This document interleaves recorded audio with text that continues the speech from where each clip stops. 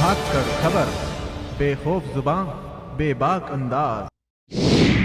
धाकड़ खबर के news room से मैं आपके साथ हूं अकरम रईस खान। सियासत की बात अनीस अहमद खान के साथ ताज़ा एपिसोड लेकर आपके सामने हाजिर हूं और मेरे साथ हैं धाकड़ खबर न्यूज चैनल के पॉलिटिकल एडिटर जनाब अनीस अहमद खान साहब। आज उनसे जिस मुद्दे पर बात करने जा रहे हैं वो काफ़ी दिलचस्प मुद्दा है। एक परसेप्शन, एक नैरेटिव सेट किया जा रहा है, एक धारणा बनाई जा रही है भोंपू मीडिया द्वारा और उसमें भारतीय जनता पार्टी और आरएसएस के लोग भी शामिल हैं। अब देखिएगा, उस बात पे जाने से पहले आपको एक एग्जांपल थोड़ा सा दे देता हूं कि 8 बजे 8 नवंबर को प्रधानमंत्री नरेंद्र मोदी ने कहा 500 और 1000 के नोट अब नहीं चलेंगे। उसके बाद आप देखिए, जब टीवी चैनल्स के रिपोर्टर कैमरामैन जो अपने साथी को लेकर निकले सड़क पर और जहां भी उन्होंने किसी के आगे माइक लगाया, सबने कहा बहुत बढ़िया फैसला है। अब जानते हैं क्या था? 5000 लोग ट्रेंड करके सड़कों पे उतार दिए गए थे आरएसएस बीजेपी द्वारा कि जब भी कोई मीडिया वाला आए तो उसके सामने ऐसे बोलना और जाओ जगह जगह चाय की पान की दुकान पर एक ऐसा नैरेटिव सेट कर दो कि लोगों को लगे अरे हमारा क्या नुकसान होगा, हमारे पास तो 500 रुपये भी नहीं है, पर हमारे गांव में जो फलाना है इसका तो नाश ही हो जाएगा। ऐसा हुआ कि जैसे आपने देखा होगा, एक चुटकुला आया करता है कि एक आदमी ने तपस्या की और भगवान जी प्रस्तुत हो गए और उन्होंने कहा मांगो वत्स क्या मांगते हो, लेकिन शर्त यह है कि जो तुम एक मांगोगे तुम्हारे पड़ोसी को 2 मिलेगा। तो उन्होंने कहा अच्छा भगवान मेरी एक आंख फोड़ दो, मेरे पड़ोसी की 2 फूट जाए। ये परसेप्शन भारतीय जनता पार्टी ने बनाया, मोदी सरकार ने बनाया कि तुम्हारा क्या नुकसान हो रहा है, तुम्हारे पास तो 10-20 हजार है, कोई दिक्कत नहीं, अरे हम फला का नाश कर दे रहे हैं। लेकिन किसी फला का नाश हुआ क्या? उसी तरीके से अब नया नैरेटिव सेट किया जा रहा है कि जो ये महागठबंधन बन रहा है ये देश के लिए बड़ा नुकसानदेह साबित होगा। इन लोगों में आपस में इतना विरोधाभास है, ये लोग अलग अलग विचारधारा के लोग हैं, सबके अपने अपने ग्रीवांस हैं, ये इस देश को बर्बाद कर देंगे। पर क्या ये सच है? इन्हीं सारे पहलुओं पर बात करेंगे और इसी को इतिहास के पन्नों से खंगालने की कोशिश करेंगे, क्योंकि आप पत्रकारिता का बहुत लंबा अनुभव रखते हैं। सर, पहले तो हालात हाजरा पे बात की जाए आज के। जी, लगता है कि अगर मान लीजिए महागठबंधन की सरकार बन जाए तो क्या देश को बर्बाद कर देंगे वो लोग? यहीं से मेरा सवाल है भाई देखिए, एक इतिहास रहा है महागठबंधन का, आज से नहीं है, इसके पहले भी रहा है। जब अभी जो मनमोहन सिंह की सरकार थी, एक महागठबंधन की सरकार थी, और इनकी सरकार जो है महागठबंधन की सरकार है, एनडीए। जिसे अब आके जब हालत पतली हो गई है तब आप उसको बोलने लगे एनडीए सरकार, ये भी मोदी सरकार बोलते थे। मोदी सरकार बोलते थे, जबकि ये भी महागठबंधन की सरकार है। जी जी, ज्यादा दूर नहीं जा रहे हैं हम, सिर्फ 10 साल मनमोहन सिंह के जो लोगों के सामने और 4-4.5 साल इनके बता रहे हैं। और उससे पहले आप देखिए कि अटल वाले भी 5 साल हम जोड़ सकते हैं। अटल जी की बात 5 साल जोड़ लीजिए, तो वहां महागठबंधन ही चला है। आज इनको ये डर लग रहा है, ये छोटी सी बात पे। अब यूपी का एग्जाम्पल देख लीजिए कि हर जगह गठबंधन हुआ, इनके गठबंधन टूट रहे हैं, दूसरी जगह दूसरी, तो इनको ये है कि वहां कैसे। अटल सरकार का जिक्र किया, तो इसका मतलब आप ये कहना चाह रहे हैं पिछले 20 सालों से देश की जो राजनीति चल रही है वो गठबंधन की तो चल रही है। भाई 99 से राजनीति शुरू हुई गठबंधन की, वो गठबंधन की चल रही। उसके पहले 3 फेस ऐसे आए हैं, वो मैं आपको बताना चाहता हूँ सर। एक फेस था 67 से लेके 65 तक चरण सिंह की सरकार, जो बिल्कुल गिरी थी, गठबंधन बना था। 89 से 91 तक 11 महीने की सरकार थी वीपी सिंह की, वो गिरी थी। चरण सिंह की सरकार के बाद और 97 से 99 के बीच में अटल बिहारी वाजपेयी 3 बार प्रधानमंत्री, 11 महीने की सरकार, 11 महीने की सरकार की थी। 99 से आप देख लीजिए अब तक लगातार गठबंधन ही चल रहा है और कामयाब रहा है सर, कामयाब गठबंधन। 5 साल कोई इनमें ऐसा गठबंधन नहीं है कि जो 5 साल के बीच में टूटा। उसके पहले मैंने अभी चुनाव की स्थिति पैदा हो गई हो। हाँ, मैं उसके पहले मैंने तीन स्टांस बतलाए।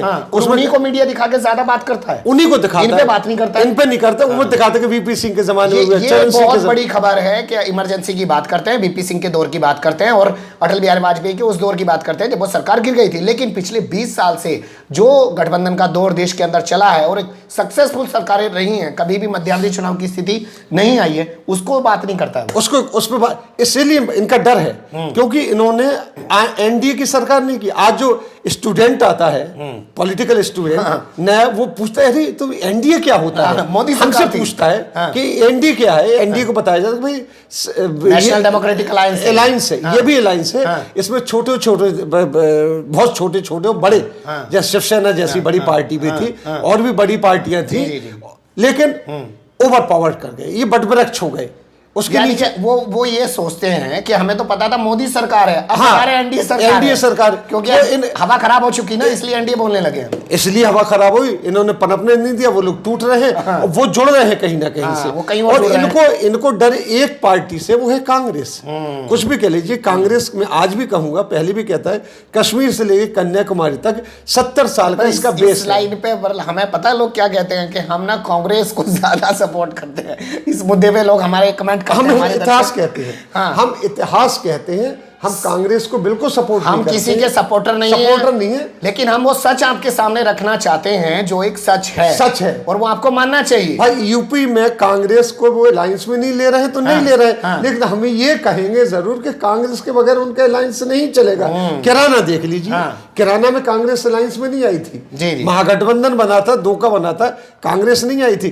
लेकिन आप ही बताइए कि कांग्रेस के जिताने में किराना में सबसे बड़ी भूमिका सर कांग्रेस की रही। अगर इमरान मसूद नकुड़ और गंगो विधानसभा सीट पे कामयाबी ना करते तो तबस्सुम हसन नहीं जीत पाती, क्योंकि उनका जो अपना गढ़ है तबस्सुम हसन का, वो 3 विधानसभा आती हैं, शामली आती है, कैरान आती है और थाना भवन आती है, जहां से सुरेश राणा गन्ना विकास मंत्री बना रखा है मोदी जी ने, जो मुजफ्फरनगर दंगों का आरोपी भी है।